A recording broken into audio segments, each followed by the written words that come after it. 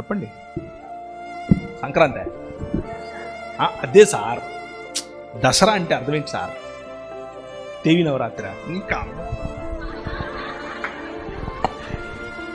దసరా అంటే 10 తలకాయలని చంపిన దినమయ్యా. దశహర. పండగలన్నీ చంపినందుకే చేస్తారు. మీకు అర్థమవుతుందా? సంక్రాంతి ఒక్కటే మన పండగ. ఎస్, మనకు కూడా ఉంది హార్వెస్ట్ ఫెస్టివల్. బైబిల్ గ్రంథం చెప్తోంది కోతకాలపు పండగ సంక్రాంతి. సంక్రాంతి అన్ని సంస్కృతుల్లో ఉంది. దీని వెనక ఏ విగ్రహము లేదు, ఏ దహనము లేదు, ఏ రావణాసుడు లేడు, ఏది లేదు.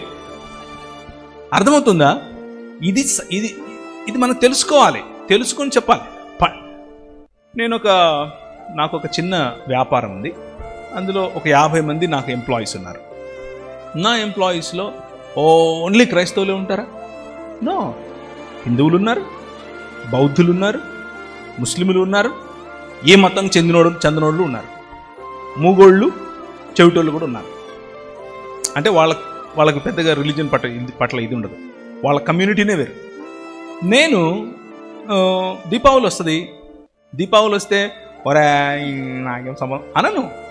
I'm their leader. నేను నా దగ్గరకు వస్తారు, సార్ మా పండుగ సార్ అంటారు.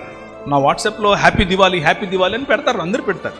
పెట్టినప్పుడు అందరిది అయిపోయిన తర్వాత ఆఖరిలో నేను ఒక చిన్న రైటప్ రాస్తాను.